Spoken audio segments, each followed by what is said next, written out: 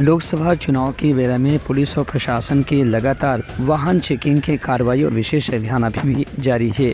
इस संबंध में रायपुर के पुलिस आज एक कार्रवाई के दौरान भनपुरी क्षेत्र में एक वाहन जब्त करके उनमें रखे 10 पेटी अंग्रेजी शराब जब्त करी। पूछताछ में आरोपी है बात कबूल करी से कि यह शराब पंजाब से लाई गई रही से और छत्तीसगढ़ में इला बेचे के प्रयास करे जाते रही से। इस संबंध में नगर के अतिरिक्त पुलिस अधीक्षक लखन पटले बताइन कि आरोपी के सूचना के आधार में अमलेश्वर के एक दुकान में भी छापा मार के 22 पेटी शराब जब्त करे गए है। थाना खमतरी अंतर्गत खमतरी पुलिस और क्राइम स्क्वाड को सूचना मिली कि एक गाड़ी में अवैध शराब ले जाया जा रहा है। इस सूचना पर नाकेबंदी की गई और एक एसेंट गाड़ी को पकड़ा गया। उसमें जो ड्राइवर बैठा था उसे पूछताछ करने पर उसने अपना नाम जितेंद्र पाल सिंह भाटिया बताया, क्योंकि पंजाब का रहने वाला है। अभी वो डीडी नगर क्षेत्र में हाल ही में रह रहा है। उसकी गाड़ी से 10 पेटी शराब जब्त की गई है।